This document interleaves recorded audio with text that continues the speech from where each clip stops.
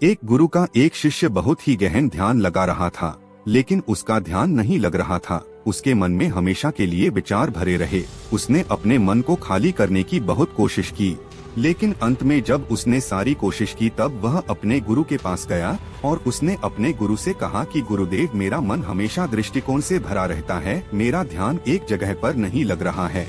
मैं जांच करता हूँ तो दूसरी चीज पर पहुँच जाता हूँ, फिर तीसरी और चौथी बार ऐसा करता हूँ, मेरे मन में हजारों विचार चले जाते हैं। मैं चाहता हूँ कि मेरे मन में एक भी विचार ना हो जब मैं एक ही विचार चाहता हूँ। तो गुरु ने कहा कि किसी भी समस्या का समाधान कब होना चाहिए? जब हम समस्या की जड़ तक समस्या को ठीक से समझते हैं और जाने। जिस मन को तुम खाली करना चाहते हो, क्या कहते हो, उस मन को बहुत कम जाना जाता है। शिष्य ने कहा, गुरुदेव, मन को जानने की बहुत कोशिश की मैंने, लेकिन मैं इसके बारे में जानता हूँ, वह गूढ़ ही रहस्य है जो गुरु ने कहा है। जाओ और एक घड़े को दिए गए छोटे छोटे पत्थर से भर कर लेकर आओ। फिर से एक घड़े में छोटे छोटे पत्थर के टुकड़े लेकर आया और गुरु के पास रख। गुरु ने कहा, इस घड़े को तुम अपने मन से समझो और इस घड़े में बने इन टुकड़ों को अपने विचार अब इस घड़े में और पत्थर डालो। शिष्यों, घड़े में पत्थर शुरू हुआ। घड़ा पहले से ही भरा हुआ था। 12 पत्थर के बाद बाकी सारा पत्थर नीचे डालो। तब गुरु ने कहा, रुको, ध्यान से देखो। अब घड़े में पत्थर नहीं आ रही, बल्कि वह नीचे गिर रही, क्योंकि यह भरा हुआ है जो इसमें आ सकता है। और अब और पत्थर नहीं आया है। यदि दूसरा पत्थर डाला गया है तो पहले वाले टुकड़ों को निकाला जाएगा। शिष्य ने तुरंत कहा कि गुरुदेव, मुझे समझ आ गया है कि आप क्या बताना चाहते हैं कि हमें अपने मन को खाली कर देना चाहिए गुरु के बारे में। और गुरु ने कहा, पहले पूरी बात समझ लो, उसके बाद मन को खाली कर देना। गुरु ने कहा, हमारा मन इस घड़े की पूरी स्थिति है।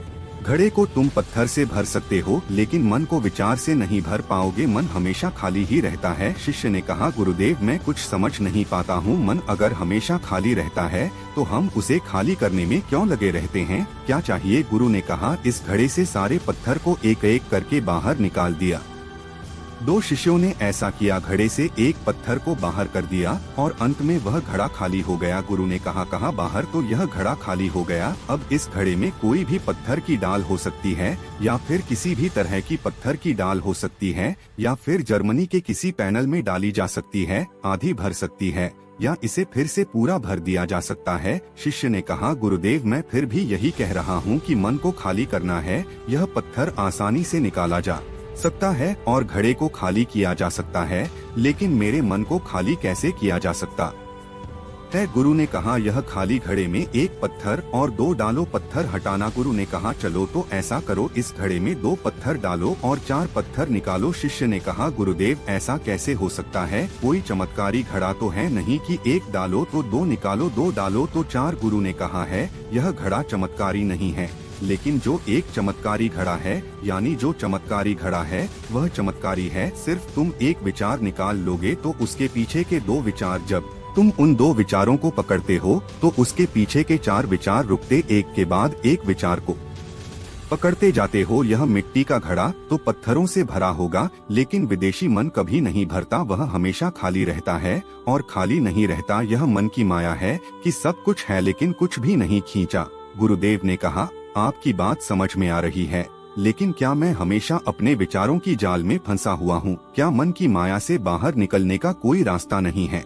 गुरु ने कहा कि इस मिट्टी के घड़े को आधे अधूरे अर्थ से ऐसा ही एक बार फिर गुरु ने कहा कि अब इन पत्थरों में से कोई एक पत्थर चुनो और उस पत्थर की एक छोटी सी मूर्ति मुझे दो। मैं बताता हूँ कि पत्थर ने अच्छा कलाकार बनाया हो। सीजन 11 पत्थर और उस पत्थर को फिर से तराशने लगा कि यह पत्थर अच्छा नहीं है। तो दूसरा पत्थर घड़े से निकला, उसे उस पत्थर में भी मजा नहीं आया। फिर शामिल तीसरा पत्थर, उसका रंग उसे अच्छा नहीं लगा। फिर चौथा पत्थर निकला, लेकिन इस पत्थर में भी उसे दोष नजर आया। इस गुरु ने कहा, जिस पत्थर को तुमने पहली बार देखा था उसे समझकर तारा समझ लो कि कोई और पत्थर पास ही नहीं है।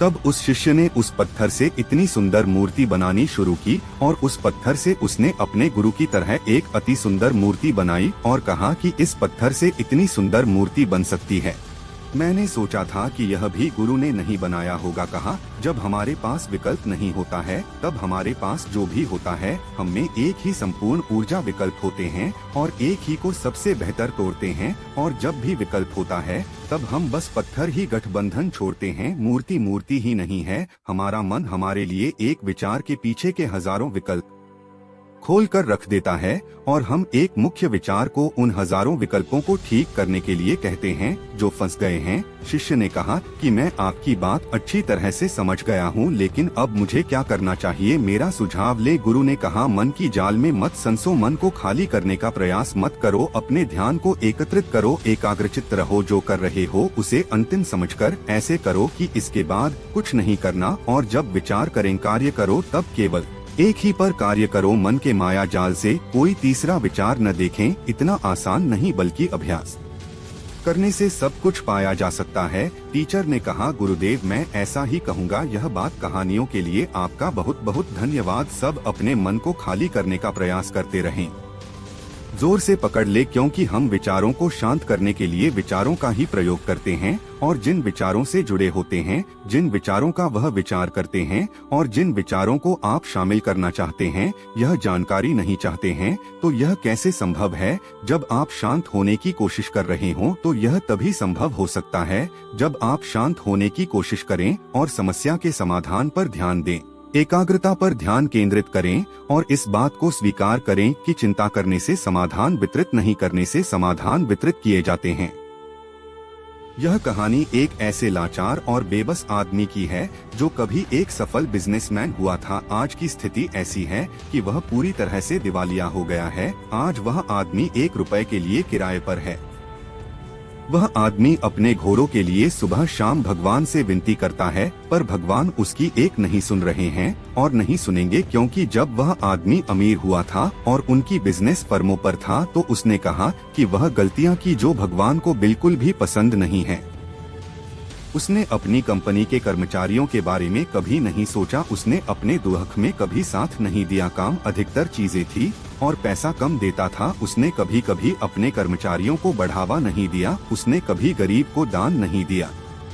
वह अपनी अमीरी का धौंस जमाता था। कबाड़, महंगे घर बिना किसी की जरूरत के खरीदे गए थे। जब भी कोई स्टाफ अपना दुख लेकर उसके पास आता था तो वह उसे यह कहकर बताता है कि यह उसका माल नहीं है। आज ठीक उसी तरह से भगवान भी अपने दिवालिया होने पर यही कहते हैं कि यह मेरी आदत नहीं है, जैसा करना वैसा ही भरना, जैसे बोलोगे आदर्श ही काटोगे। इस कहानी से आपको क्या समझ आया? यदि आप भी अपने सुख और सफलता के दिन राष्ट्रपति किसी को दुख देते हैं, करते हैं, आप किसी की मदद करने से कतराते हैं और आप जानबूझकर अपने पैसे को ऐसे सस्ते पर खर्च करते हैं, आपको इसकी कोई आवश्यकता नहीं है, तो आप इस बात को आंत बांध सहयोगा। जब आपका बुरा समय आए तो भगवान आपकी मदद करने से भी चकमा दे देंगे, जिसका परिणाम यह होगा कि आप कभी भी अपने दुख और परेशानी से बाहर नहीं निकल पाएंगे। इसलिए अगर आप खुश हैं तो लेखों को भी खुशी दो। यदि आपके पास की आवश्यकता से अधिक है तो इसे लोगों में बांटिए और लोगों के दुख में उनका साथ देना। याद रखिएगा, भगवान के दर्शन हर समय हम पर बनी रहती है, हम उनकी नजरों से बच नहीं सकते। यह हिंदी कहानी एक ऐसे आदमी के बारे में है जिसने यह मान लिया था कि उसका कुछ नहीं हो रहा है। अब वह इस दुख से कभी बाहर नहीं निकला। उसका भाग्य कभी उसके साथ नहीं रहा और उसका ये बुरा वक्त कभी दूर नहीं होगा। वह आदमी स्केटबोर्ड छोटा हो गया, तृप्ता थी, अपने आप को कोस ले, भगवान को कोस ले, अपनी किस्मत को दोष दे ले। उनका जीवन नहीं बदला। उसका जीवन तब बदलेगा जब वह चाहता था जो भगवान चाहते हैं। भगवान बस इतना चाहते हैं कि अगर आप में खुद को चोट लगने का खतरा है तो खुद को ठीक करने का भी खतरा होना चाहिए। अगर आप नीचे दी गई कला को जानते हैं तो आपको अपरीवन की भी कला होनी चाहिए। अगर आप रोने का खतरा ले सकते हैं तो आपको हंसने की भी हिम्मत होनी चाहिए। अगर आप दुख से टूटकर बिखरना जानते हैं तो आपको खुद को समेटना भी आना चाहिए। अगर आप अपने जीवन को कुछ इस तरह से जीते हैं तो भगवान हर कदम पर आपकी मदद करने के लिए तैयार हैं, क्योंकि भगवान अच्छे से जानते हैं ऐसे लोगों को दुख के बादल कुछ समय के लिए निराश तो कर सकते हैं लेकिन खत्म नहीं कर सकते। उस डूबे हुए आदमी को दुहक से बाहर निकालने के लिए भगवान ने उस आदमी के सपने में उसे बस इतना कहा, जब नक्षत्र पर हमला करने की पूरी कोशिश की जा रही हो तो संकट मोचन की पूरी कोशिश की जानी चाहिए, क्योंकि जीवन का यही एक सिद्धांत है जिससे व्यक्ति सुख, शांति और समृद्धि प्राप्त कर सके। आज जो कहानी मैं आपको बता रहा हूँ, इसे जानने के बाद आप कभी भी खुद को किस्मत का मारा नहीं समझ पाएंगे। इस बात पर भरोसा हो जाएगा कि भगवान जो करते हैं अच्छा ही कर रहे हैं और आप अपनी किस्मत पर रोना छोड़ गए। आप बस यही आदर्श जो होता है अच्छा ही होता है। यह कहानी दो दोस्तों की है, एक जो भगवान पर दिल ईसाई विश्वास करता है और दूसरा जो कहता है कि मैं भगवान को नहीं दर्शाता। एक दिन दोनों में शर्त लगती है कि भगवान की कृपा सबसे ज्यादा किस पर होती है, उस पर जो दिल से भगवान पर विश्वास करता है या उस पर जो भगवान को लेबल ही नहीं। दोनों दोस्तों ने लॉटरी के लिए यह बात कही। वे यह देखना चाहते थे कि जो भगवान पर दिल का विश्वास है उसकी लॉटरी खुलेगी या उसके जो भगवान को चिन्हित ही नहीं। वह आदमी जो भगवान दिल पर विश्वास करता था, उनका कहना था कि लॉटरी ही ओपनगी, और दूसरा जो भगवान को नहीं दिखाया गया, उनका कहना था कि लॉटरी सिर्फ उनकी ओपनगी थी, क्योंकि पैसों के मामले में उनकी किस्मत मेहरबान पर थी। आपको यह सुनकर बहुत बुरा लगा। लॉटरी भगवान को बिल्कुल भी लेबल नहीं किया गया था। भगवान ने उन्हें रातों रात करोड़पति बना दिया और उस आदमी को कंगाल छोड़ दिया जिसने उस पर दिल फिल्म विश्वास और अपनी भक्ति रखी।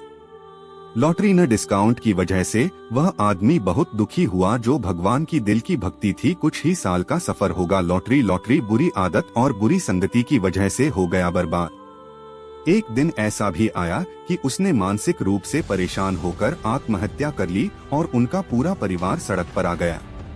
दूसरी तरफ वह आदमी जिसकी लॉटरी नहीं खुली, उसने रात दिन मेहनत करके मनी इलेक्ट्रॉनिक्स का व्यापार शुरू किया। भगवान की कृपा से उनका व्यवसाय धीरे धीरे बड़ा हो गया। उस आदमी की लॉटरी नहीं खुली, फिर भी उसने भगवान पर विश्वास बनाए रखा और संघर्ष करता रहा और उसने भगवान की कृपा से सब कुछ हासिल किया जो जीवन में पाना चाहता था।